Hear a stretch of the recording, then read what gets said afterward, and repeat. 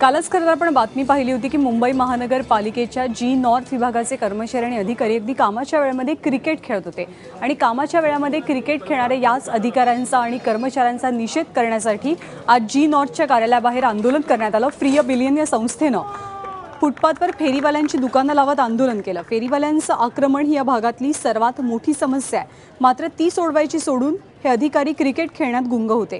त्याच विरोधात हे आंदोलन छेडलं गेलं। मुंबईतल्या प्रत्येक समस्याग्रस्त वॉर्ड ऑफिस समोर हे आंदोलन करण्याचा इशारा दिला गेला आहे।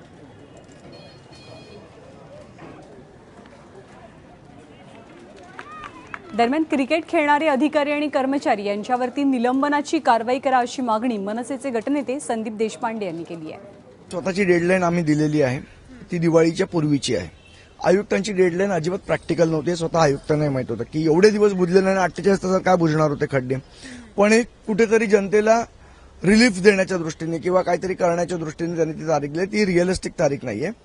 दिवाळीपूर्वी जर झालं नाही तर आम्ही म्हटलंय त्याप्रमाणे आम्ही आयुक्तांना खड्ड्यात आणून उभं करू।